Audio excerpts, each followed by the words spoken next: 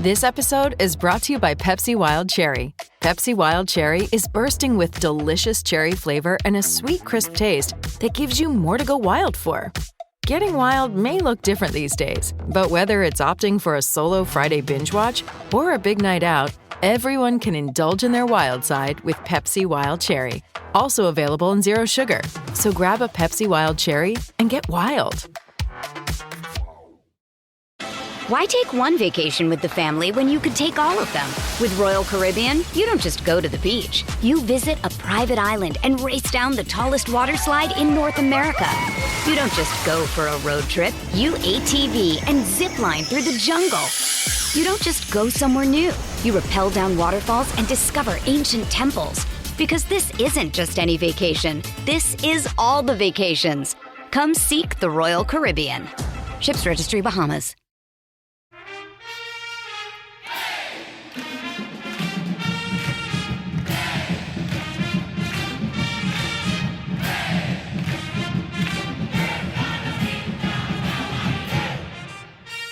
Hello, Duke fans, and welcome to episode 528 of the Duke Basketball Report podcast. We are recording this on the evening of August 2nd, 2023. We are into August. College basketball season begins in just 3 short months. I am your host for this episode. I am Sam Klein. I am going to cut us straight to the interview because we've got a great one for you today. We're going to end up splitting this bad boy up into 2 episodes. So you are only going to hear half of the conversation with Duke 6th year graduate student, MBA student, Ryan Young. He's here. I'm going to turn it over to him. Let's get going.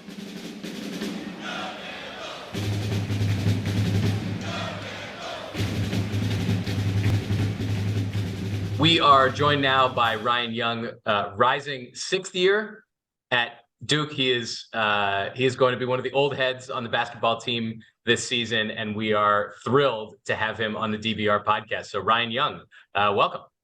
Yeah, thanks for being here. I'm glad you said 6th year. I'm one of the old heads. Hard to forget it nowadays, especially even from last year.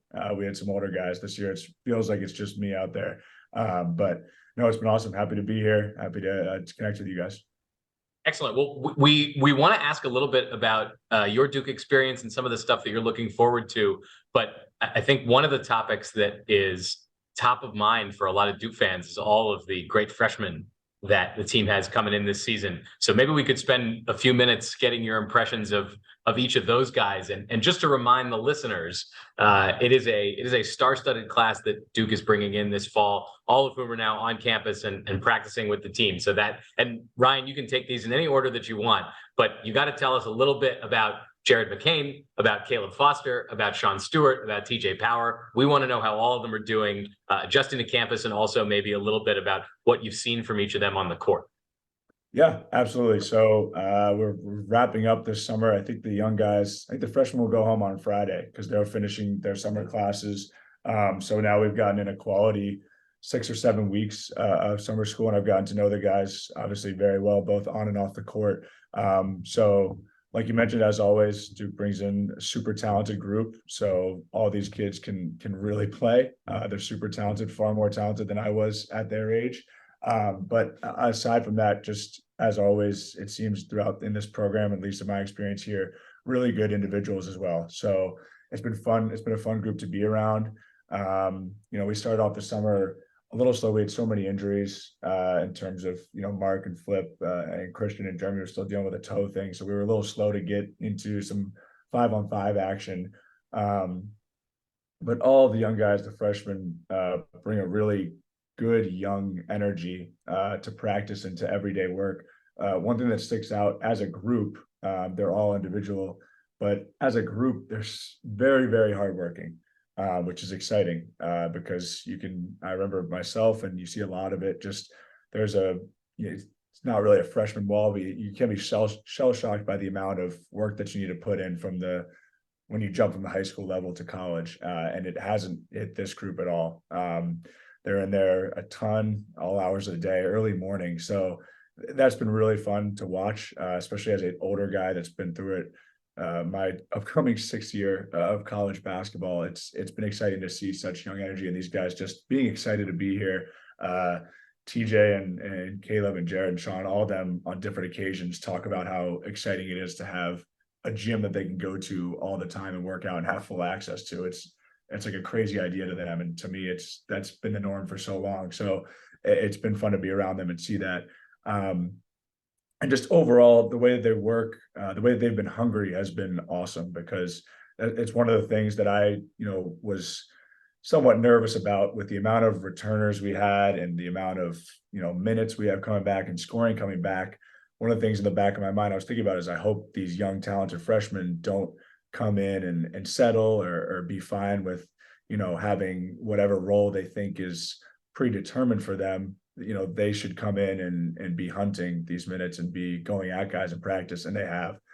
They've been super hungry, and they haven't, had that mindset that I'm going to be a freshman and that we have a lot of returners coming back. So that's been super exciting. In terms of individual play styles, Caleb and Jared both can really play, can, run a team when we're playing fives. Both of them can shoot. Jared can really shoot it. So he's been fun to play alongside. And then Sean and TJ, both super dynamic players in their own respects, slightly different ways. Sean can really play around the rim. I mean, he can jump multiple times this summer. I'm going up for a rebound and he's 1.5 feet higher than I am. So both super talented. They'll bring a different type of dynamic game, playing different positions out there. But honestly, it's been an exciting summer to have them around, have that young energy. And like I said, seeing their work ethic and how hungry they are has been just motivating for the rest of us, as well as myself as the old head. You mentioned the injuries. We heard a little bit, I think, in public about Jeremy Roach and Kyle Filipowski nursing injuries this summer. Can you talk to us a little bit about how those guys are progressing and what's sort of the feeling about readiness for all of those returners nursing the injuries going into October? Yeah, I don't want to screw anything up here because I don't know their exact timelines. I know that Flip had double hip surgery, which to be honest, I had no idea that you could even do it. So his is certainly a longer progression back to 100%. He's been doing a lot of like court stuff this summer, but nothing live. And I'm unsure when his actual timeline is, but it seems like he's, progressing nicely, and obviously he's done a great job of staying vocal and not, letting him being off to the sideline affect, his leadership and his role and his impact on the rest of us on the team.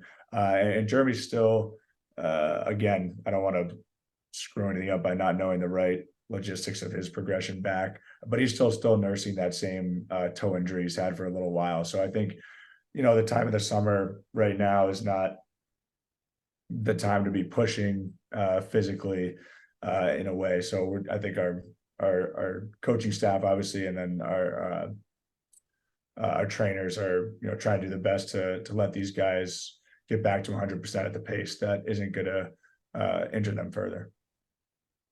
We talked about how different it is with all these young guys who are here this season.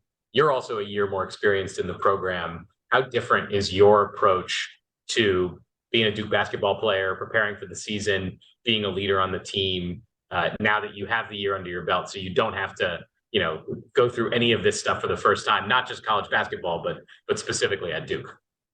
Yeah, no, it is different. I didn't know if it was, going to be, because coming into last year, I was going to be a fifth year. I had played a ton of college basketball and been through a ton of off seasons and all of that. I knew I wanted to be, have a positive impact on the young guys, be a good leader in the locker room and all things like that. But it was difficult at times just because I was trying to integrate myself into a new program, trying to understand how Coach Shire wants things run. Obviously, it was his first year as well. So it was just so much newness going around in the program and so much change. So it was still difficult to have that impact. And this year it is a lot more fluid, and it's easier with the help of so many of our other returners. I know they're sophomores now, but Mark, Tyrese, Flip, these guys are veterans now in the Duke basketball program, even though they're they're sophomores and they're still 19, 20 years old.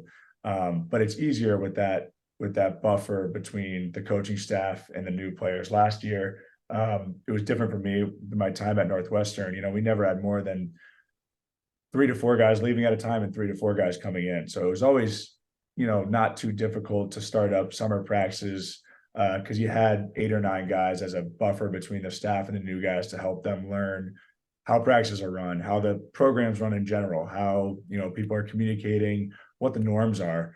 And this past year, even though I consider myself a veteran in the college basketball realm, we had other old guys coming in with Jacob Grandison, Jeremy returning, Kale and Max on the team. It was just difficult to still be that I keep on using the word buffer because I'm still learning how Coach Shire wants things run, how practices are run, what the norms are, everything. So this year it's just been a lot easier in terms of that. And it'll be exciting this summer. I think we did, but also when we hit the fall, we'll be able to, hit the ground running with so many guys like myself coming back after a year being under Coach Shire in the program. You played for Coach Collins at Northwestern before coming to Duke. Any sort of funny moments that you've recognized where you could hear like a Coach Collins thing in Coach Shire, or where you realized like, oh, this is not a Collins thing, this is a Coach K thing that it just turns out all these guys do?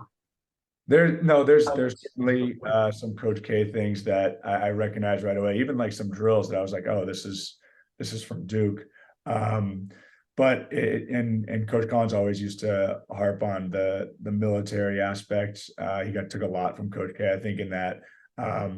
But it was, you could definitely see some things. I mean, it makes sense. Why not take and learn from the best that ever did it in Coach K? So I really enjoyed my time under Coach Collins. And but yeah, it's funny to see there's some phrases that are said that I realized right away. Oh, I've been hearing that for 4 straight years. This is I understand where it comes from now.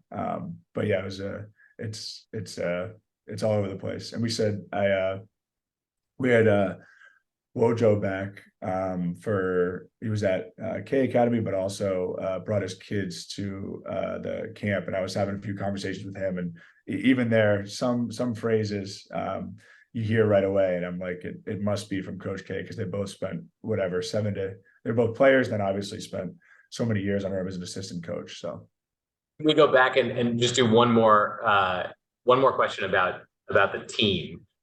You talked about how there's a lot of depth on this team, and all the new guys sort of have to figure out their roles. Can you give us just a little insight into what the big man situation is going to look like this year? Obviously, you and Flip coming back, both expecting to play real minutes, but you've got young guys who are pushing you. You've got Christian Reeves, who didn't get a lot of time last year, but I imagine that once he's healthy, he wants to contribute. So what's that looking like? Yeah, it's exciting. It'll be, it's important. We'll have a lot of talent at the guard position, at the wing position, and we'll have to once again anchor the team at this 4-5 position, like Derek and Flip did so well last year. Excuse me. But it'll be really exciting this preseason to have guys like Christian and Sean, fighting for minutes. And honestly, it's a great thing for the team because, we always say iron sharpens iron. This past season, we came in, Flip and Derek, myself and Christian came in just going at each other in practice, and it makes the team better, and it becomes a problem for our opponent. So that's what's going to have to happen in this fall coming up here. The goal that I've been telling these young guys, both Sean and Christian and Flip knows, but you just want to play as hard as you can in practice so that, let Coach Shire have to make the tough decision of figuring out what lineup is going to work out best. That's all you can do as a player, is give it all you got in practice and work as hard as you can, and the team will benefit from it. And then, like you mentioned, figuring out roles and minutes and lineups we're going to go with is a decision I'm not jealous of Coach Shire for having to figure that all out. But that's the biggest thing. It'll be exciting to be, real competitive in practice.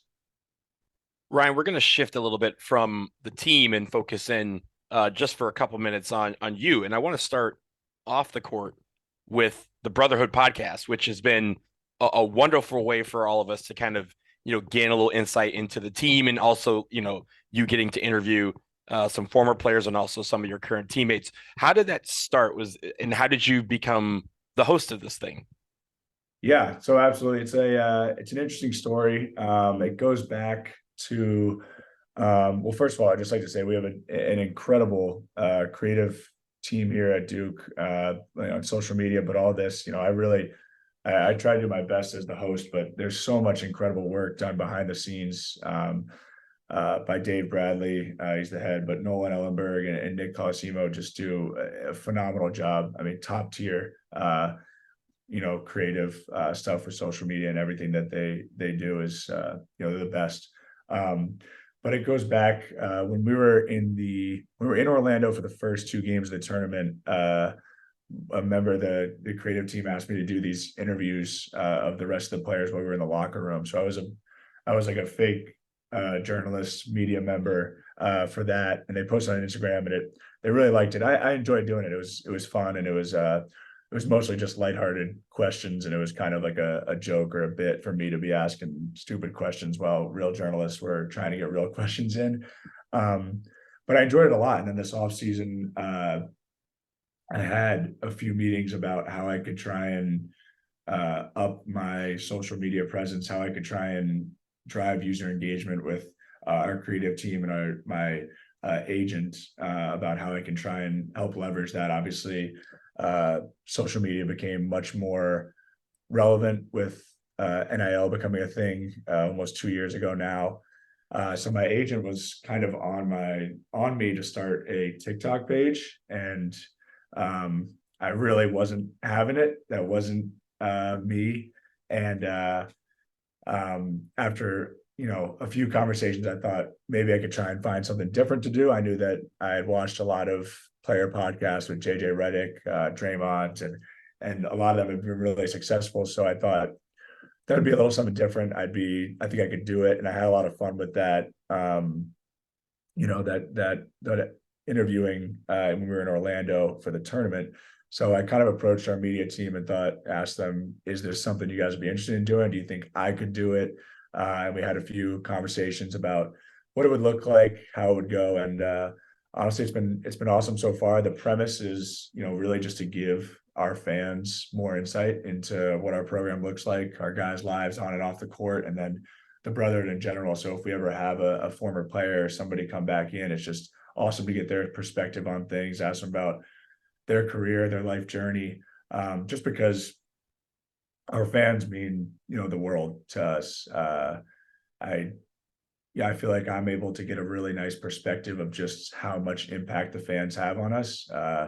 Being at Northwestern for 4 years, we had an incredible fan base there, but there'd be home games at Northwestern where, we'd have opposing, if we played in Illinois or Michigan State, it'd be 50-50 a home game at Northwestern in terms of fans.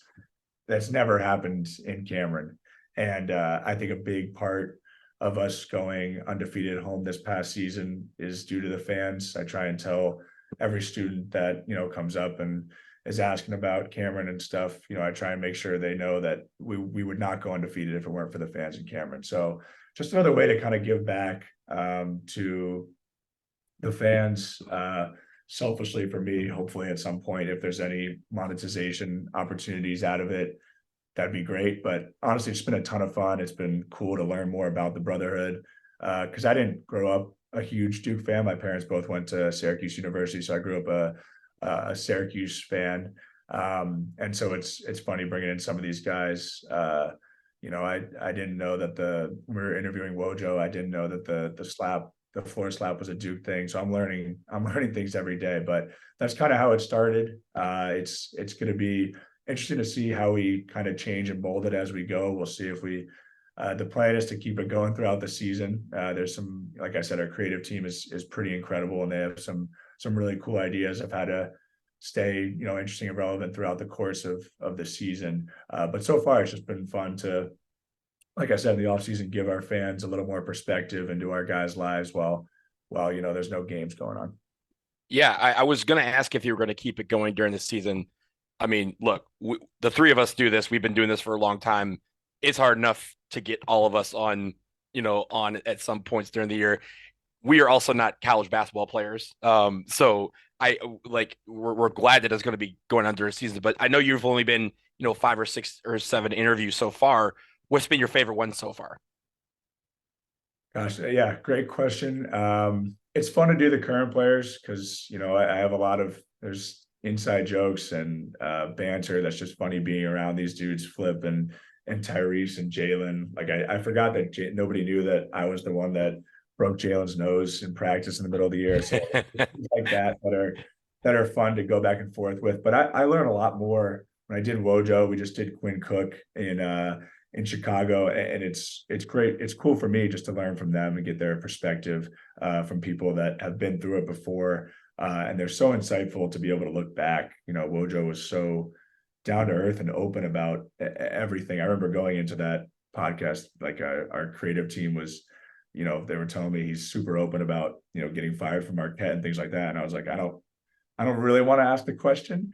But, he was super, super outgoing and open and just really incredible outlook on life. So I really liked learning and talking to Wojo, and then Quinn Cook dropped some, really cool knowledge and advice about, what his 2015 team was able to do and how they did it. And, he did a great job relating it to this upcoming year for us. So those two were really, really fun to learn from and talk to. Hey, Ryan, can I jump in really quick and just ask, what was the deal with Tyrese Proctor and those hats? Another great question. I don't have a great explanation for it. They're just, those big hats are in that room, and Tyrese really wanted to put it on before we started.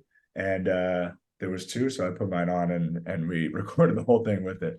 But it fits his hair. It looked amazing. Yeah. Is this are we seeing a preview of kind of what you want to do? Maybe, I mean, I know you're in business school right now. You're going to have, as Sam will tell you, a world of opportunities after that is done, especially going to Fuqua. But is this something that you hope to continue even after you leave Duke? Yeah, we'll see. I think the Brotherhood podcast in specific, we've had a few conversations to try to keep it in the program just as a way, again, to give back to the fans and hopefully they appreciate it. But we'll figure out what's next for me. There's a few opportunities, like you mentioned. I'm pretty intrigued by a few different things in the business world. I've had a few internships and at private equity firms and consulting firms. So there's a possibility I try to pursue one of those things. I haven't given up completely on playing professionally. The NBA is a bit of a pipe dream for me still, but potentially going overseas is really intriguing and trying to keep playing. Like you mentioned, that I've had a ton of fun with this, so may try and explore what is out there in terms of staying in sports and journalism somehow. I'd also be intrigued. I don't think I'd ever see myself going into coaching, but I think staying in the NBA somehow, maybe like a front office role, is again really intriguing to me. And obviously there's a number of Duke guys across the NBA working there. So long answer to basically say I don't know what I'm doing next year or what's next for me. I'm trying to. You don't have to decide yet, man. Yeah, I don't know is the best answer you can give as a college kid. Ryan, consulting is a cop out. You can do better. Yeah. Yeah. I mean, yeah. So I got to figure it out. I got to lock in. Hopefully this, these next few months and try and figure out what's next. It's an interesting dynamic trying to not let the anxiety of not knowing what's next and not being able to plan drive me crazy, but also trying to lock in for this last year of college basketball and give everything I got to this team. So trying not to be preoccupied and thinking about what's next, because it wouldn't be fair to my teammates and everybody in the program. So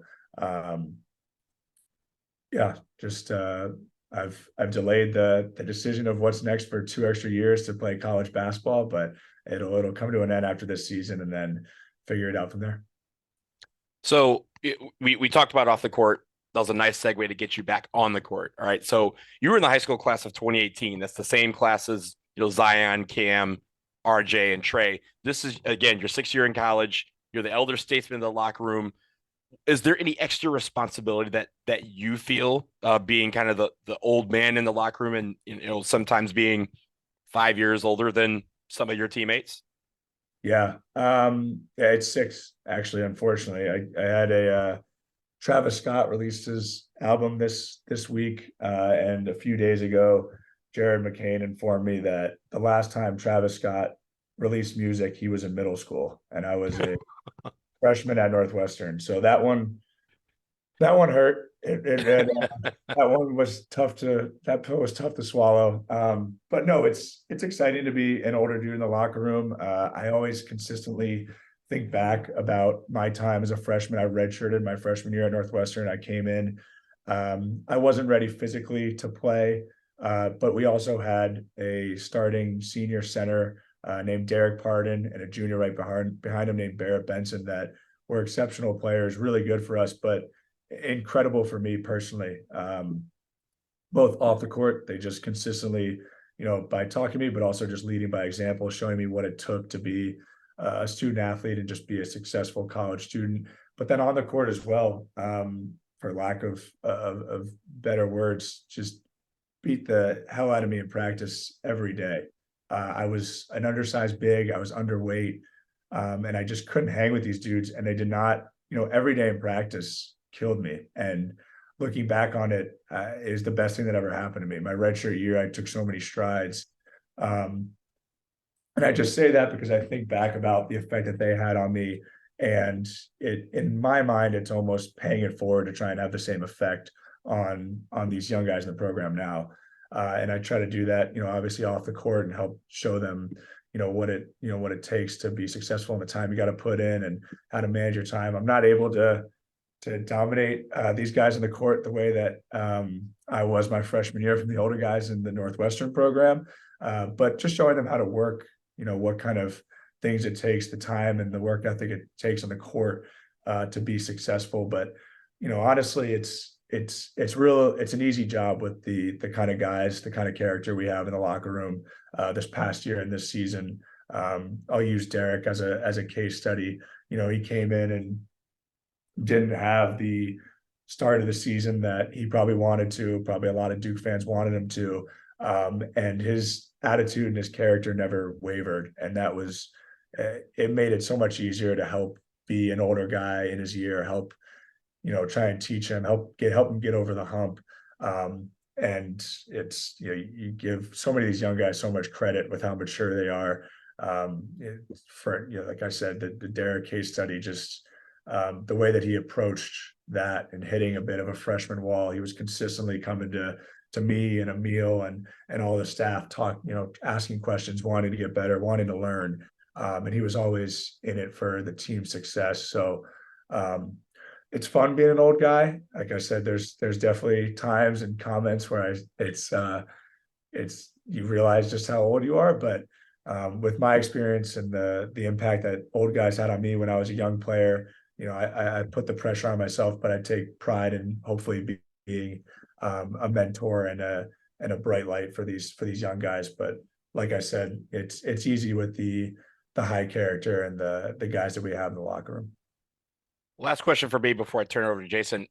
Staying on the type of game that you kind of bring to the table, of course, we're on the old thing, and I hate keep calling you old because you're several years younger than all of us. But everyone says you kind of several. I said several. Trying to help you, Jason. But a lot of people say you have an old man. Yeah, I think that Ryan is the same age that I was when we started doing this show. Oh, Ryan, what are you, 24? 23. 23. Close enough. Close enough. See? I find that you really start feeling old when you don't know people in college anymore. So you're hanging on more than most people are, because you're not starting that clock until next year. Most people, It's like once you're like 21, 22, you're out. And then by 25, you don't know any college students anymore. Yo, Ryan, I was in school with Johnny Dawkins and Danny Ferry. Okay. I was not. So, but okay. My last question on the court for you is, again, a lot of people say you have a kind of an old man game. You find the angles, you're in the right position. It feels like every single time inside the paint. But this summer, in some of the little videos that we've seen you, take a walk out to the beyond the 3-point line and hit a couple. Is this something we're going to be seeing in games, or is this something you're just kind of trying out? Give us the scouting report on what you've been working on this summer to help prepare for the season. Yeah, no, it's hopefully something that I can add to my repertoire and be a real threat out there. Mostly because that's what's going to be best for the team. Coach Shire wants us playing a fast pace of basketball, and the more that I could help stretch out the defense when I'm out there, the better it's going to be for everybody else and myself as well. Coach Shire and I have had a few conversations about being confident in that 3-point shot and adding it for that reason. So it's just about getting the reps up. Obviously, practice is significantly different than games, but that's something that I'll look to add, like I mentioned, to open things up offensively for us. Hopefully that'll be a progression of mine, moving away from my old style basketball. Ryan, we on this show every season we do a game where we predict a bunch of stats about the team, and so we haven't put the game together yet. And this is not a gambling thing. There's no money involved, so you don't have to feel conflicted here. But I set all the over unders for the game, and we're definitely going to be guessing your 3-point makes count this fall. So what's your number? How many 3-pointers are you going to make this season? I think just assume we're going to play 40 games. We're playing 40 games. Yeah, playing right, whatever. Sure. All the way to the Final Four. National championship game, 40 games. We're going to be guessing this in 2 months, so you have to do it now. Yeah. Depends on minutes played as well as what my role will be, because it's a lot different shooting a 3 as a starting big than a big coming off the bench. That's a little different, but I'd say, hopefully if I could shoot at a high enough clip, being able to take a 3-year game or maybe, 33s in 40 games is enough to keep defenses honest. We'll see how that goes. If I'm shooting the 3 and it's not going at the rate that I want it to, it becomes a little harder to. Are you going to make 5 3-pointers this year? Hopefully I'm not 5 for 30. But this is all predicated on you like making enough at the beginning that you keep doing it. And that's how it typically. 10? Are we gonna call it 10? That'd be great. I think. I mean, Marshall Plumlee got 1.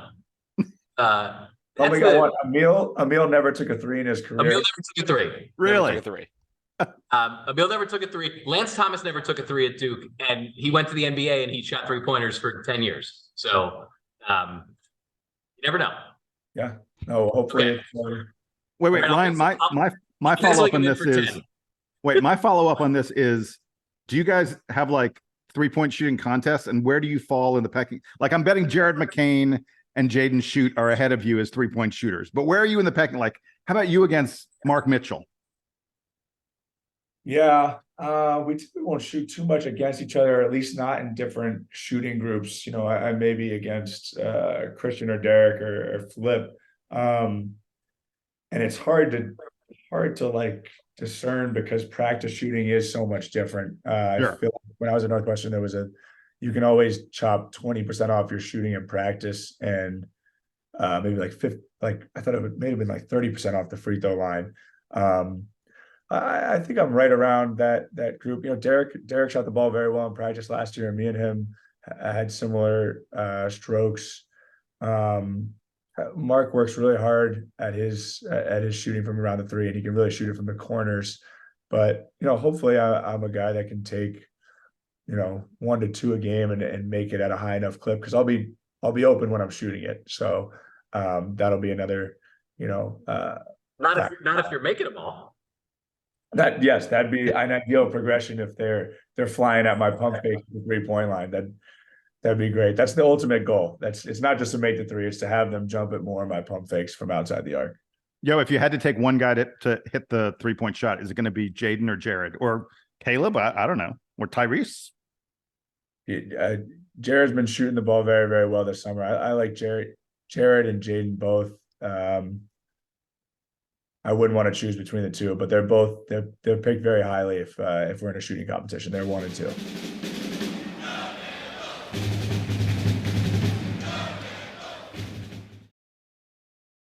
Why take one vacation with the family when you could take all of them?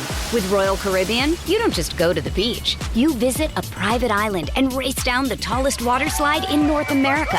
You don't just go for a road trip. You ATV and zip line through the jungle. You don't just go somewhere new. You rappel down waterfalls and discover ancient temples. Because this isn't just any vacation. This is all the vacations. Come seek the Royal Caribbean. Ships Registry, Bahamas.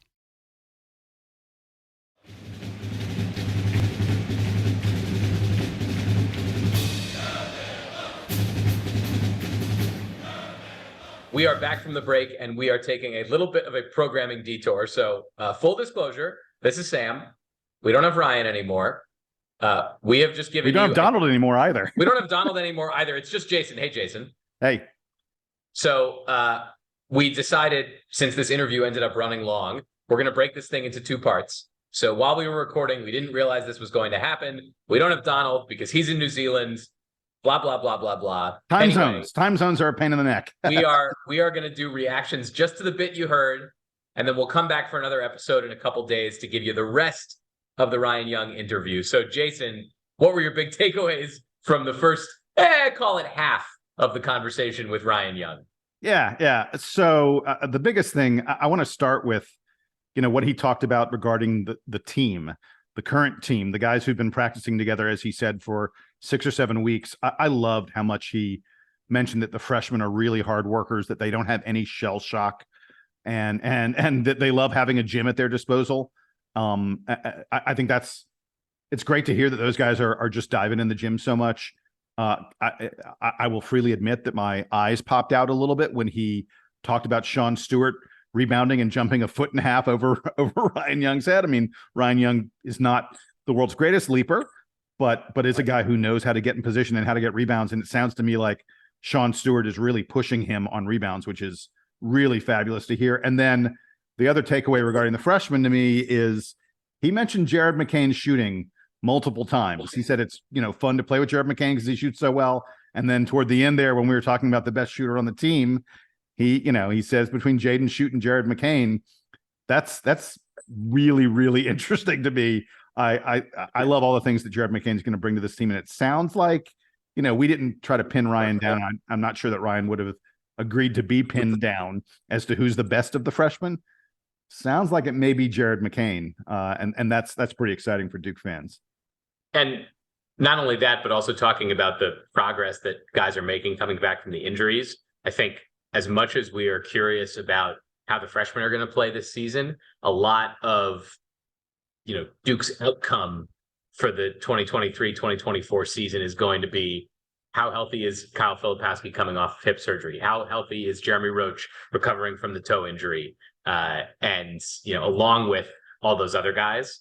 The other thing you talked about, the 3-point shooting. We got Ryan to admit that there's a possibility he's going to be taking some 3-pointers this season. He seemed I would say rather bullish on his 3-point outlook. So we'll have to be bringing that one back up. And then the other great thing was the stories about Jon Scheyer and Chris Collins. And as you can imagine, if you've listened to any of our interviews before of former Duke players, we've got some more Jon Scheyer content coming in the next episode with Ryan Young. But very cool to hear about the continuity that he sees between the way that Coach Collins runs his program at Northwestern and the way Jon Scheyer runs his program at Duke.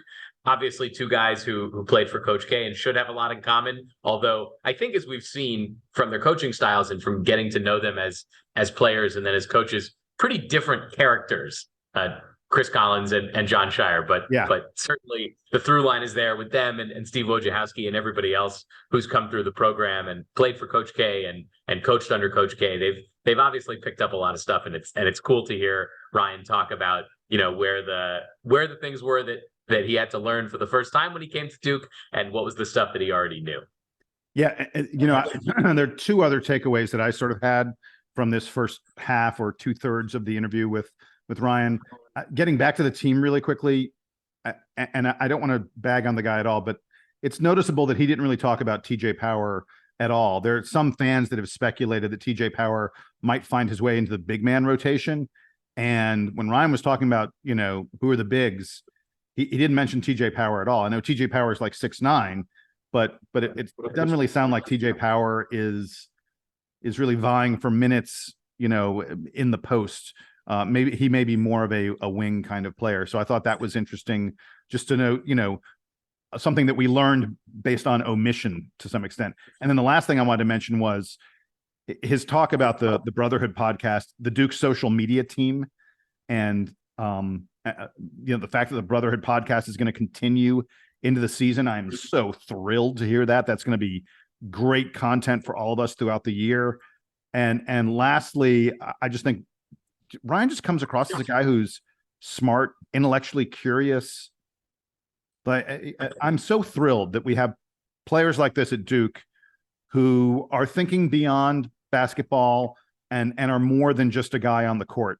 And to me, Ryan Young is clearly imparting knowledge to his teammates and to the entire Duke community, and it's just great to be a part of it.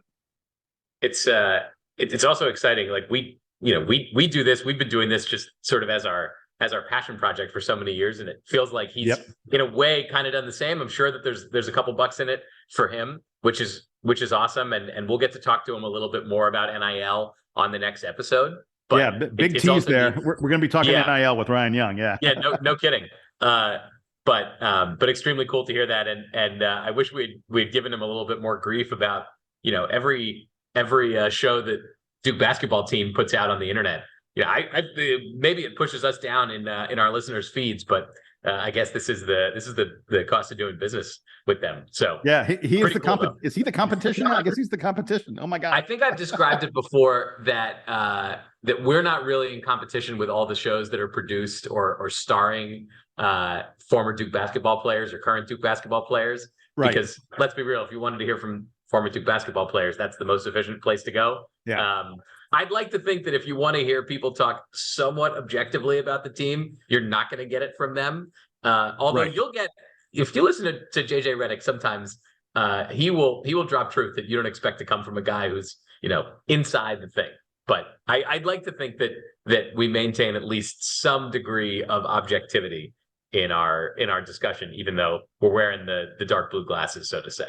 Yeah, and it sounds a little bit like Ryan is at least thinking about perhaps joining the Jay Billis, JJ Redick, Jay Williams, and many other Mike Jaminski. I mean, my goodness, the number of former Duke guys who are in broadcasting just seems like it grows almost every year. Sounds like Ryan, has a little bit of an eye on that as well. Yeah, so we will see where his career goes. He also seemed to have a pretty healthy take on whether or not he's going to make the NBA. Yeah. So you gotta appreciate that. Maybe it means that he's got a little bit of a career ahead of him playing overseas. Maybe it means that he just takes his MBA and embarks on a regular career in white collar America. But either way, we wish him well, and hopefully we'll get to talk to him again. As we mentioned, there will be another episode where we dive into a little bit more about NIL. Of course, we have to ask him about he's not going to give us a Coach K story, but we are going to ask him for a John Shire story. So you'll have to stick around for that one. We've heard the whole thing. You haven't yet. You're going to have to download episode 530 to get that story, because this is the end of episode 528 of Duke Basketball Roundup. I think I still called it Duke Basketball Report in the intro. I'm sorry about that. I'm never going to get this thing right. So I don't know what. I guess Vox can sue me. Sam, your math is off. You said 530. It's gonna be episode 529. Oh, are we in 528? I can't do math. I can't read the script. I don't know who's on this show and who's not. So with that, let's just say goodbye for Jason Evans, who's here, or at least is in America. For Donald Wine, who's about, I think, as physically far away from here as you can be. Literally the other side of the planet. Without getting on a spaceship. He's pretty far away. For those guys, I'm Sam Klein. We'll talk to you again soon, and we'll talk to Ryan Young again pretty soon on the next episode. dbrpodcast@gmail.com, and Duke Band, take us home.